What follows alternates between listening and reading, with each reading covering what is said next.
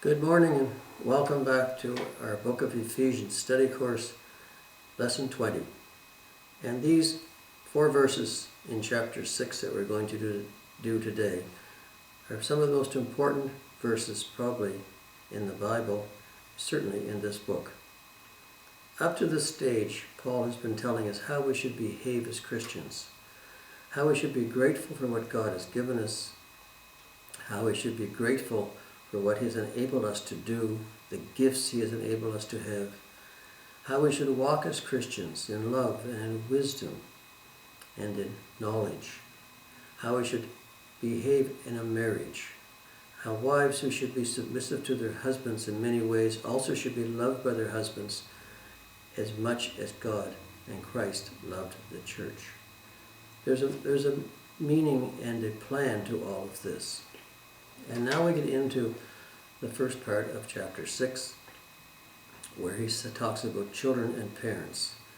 And it says, "Children, obey your parents in the Lord, for this is right. Honor your father and mother, which is the first commandment with promise, that it may be well with you and you may live long on the earth." He is emphasizing the fact that children should obey their parents. This, of course, applies only as long as the parents themselves are directing the children in the right direction and not doing them harm or treating them badly. But children, as a rule, if the parents are what they should be, the children should be obedient to them. And this is the reasons why, because it is right. We all know this is right. Every culture and society is built upon obedience. The family is built upon obedience. Society is built upon obedience. We have to be obedient to something and someone if we are going to live together as a group of people, in a family, in a town, in a relationship, in a province, in a country. We have to learn how to live together, and that means obedience to those in authority. And in the household, the parents are in authority over the children, but they have to treat the children properly.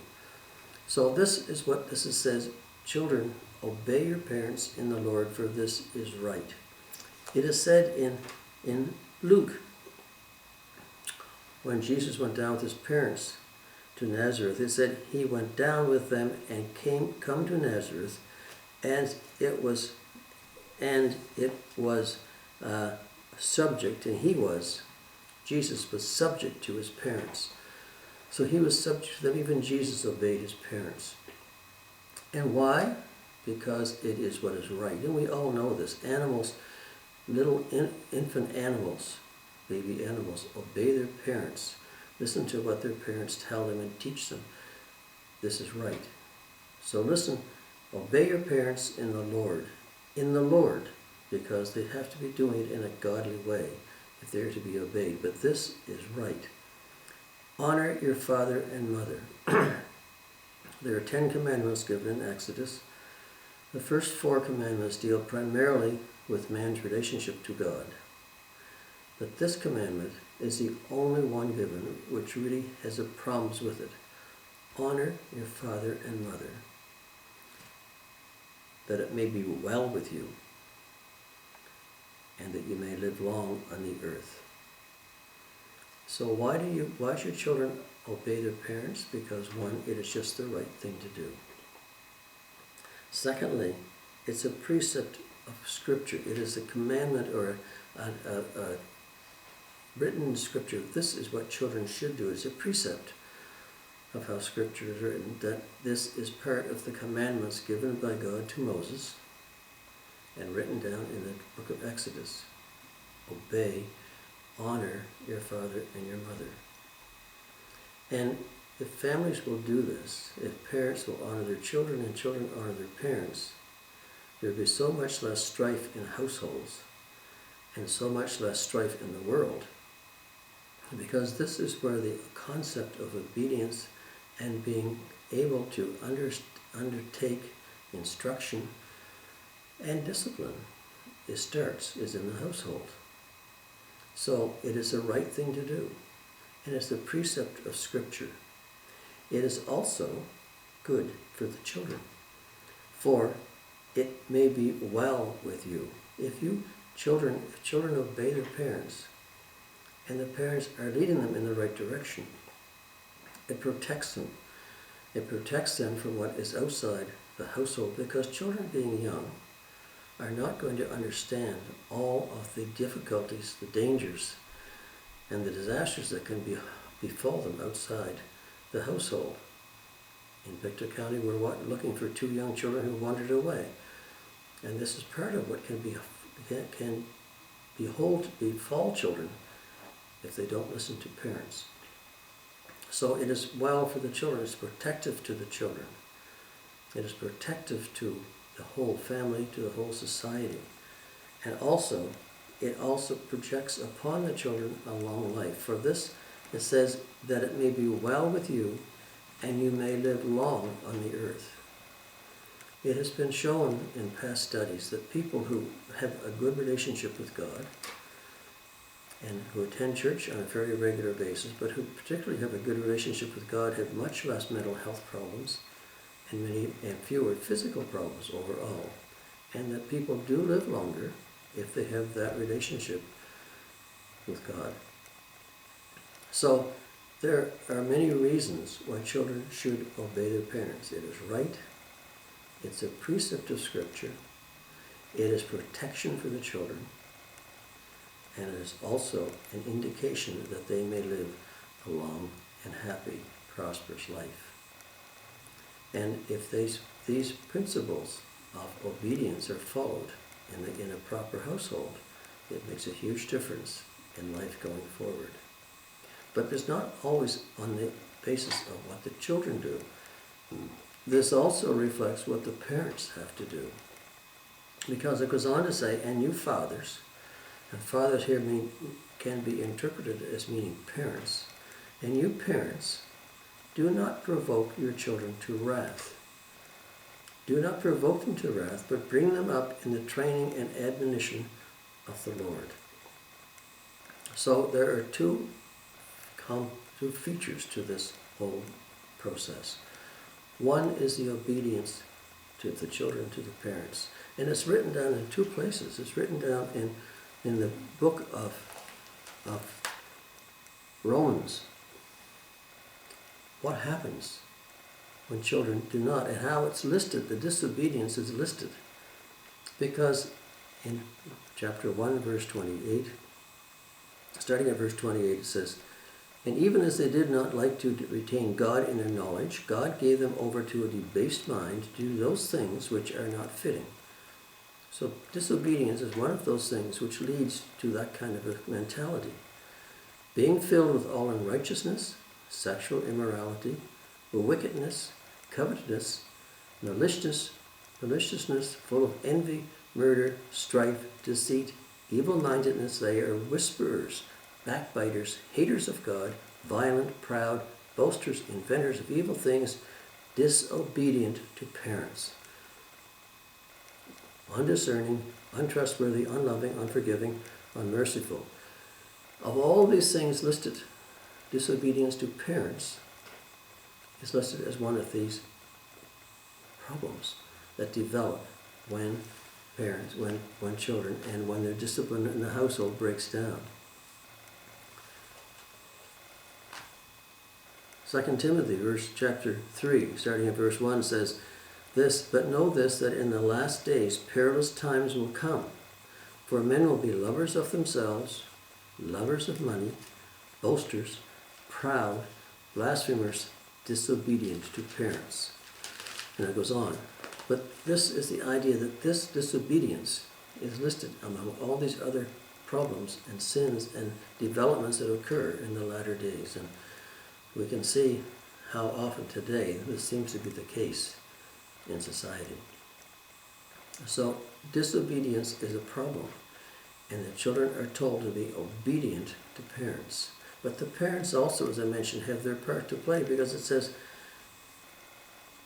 fathers or parents, do not provoke your children to wrath. Now, many times you hear of parents teaching their children or telling them how bad they are, how awful they are, how difficult they are, that they're stupid, that they can't learn anything, that they don't know anything. And this does nothing but demean the child, does nothing but demean the person. And this leads an awful lot to subsequent disobedience. So it says, fathers, do not provoke your children to wrath. There are many examples in the Bible, but most of them are in the negative, in situations that the parents did provoke their children. So it's a negative example of what can happen when you don't do things in the way God intends it to be done. In Esau, for instance, Isaac pampered Esau. If you read the books back in the Old Testament, Isaac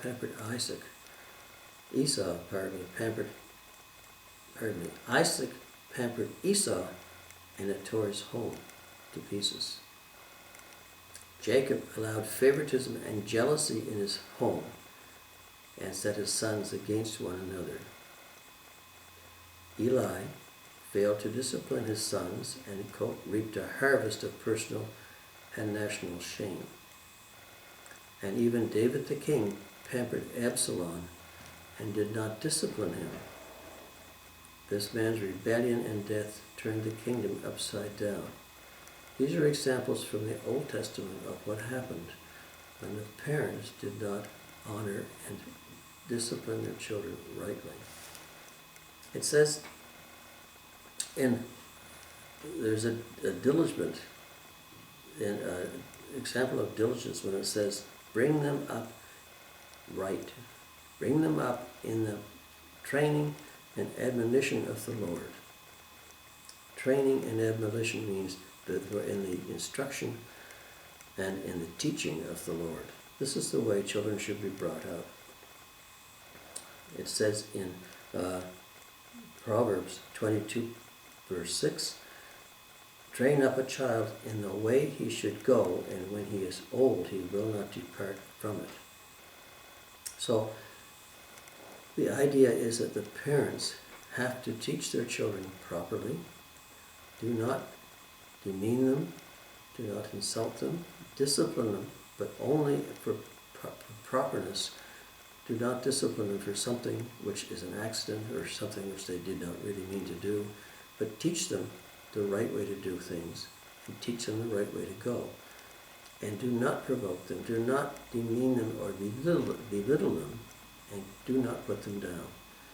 And if parents will do this, and if children will obey their parents, especially if the parents do what God instructs them to do, then as a whole, the family will be stronger, society will be stronger, the earth will be more peaceful, and there will be much more happiness among people, much less anxiety, much less depression, and much fewer uses of drugs and addictive substances.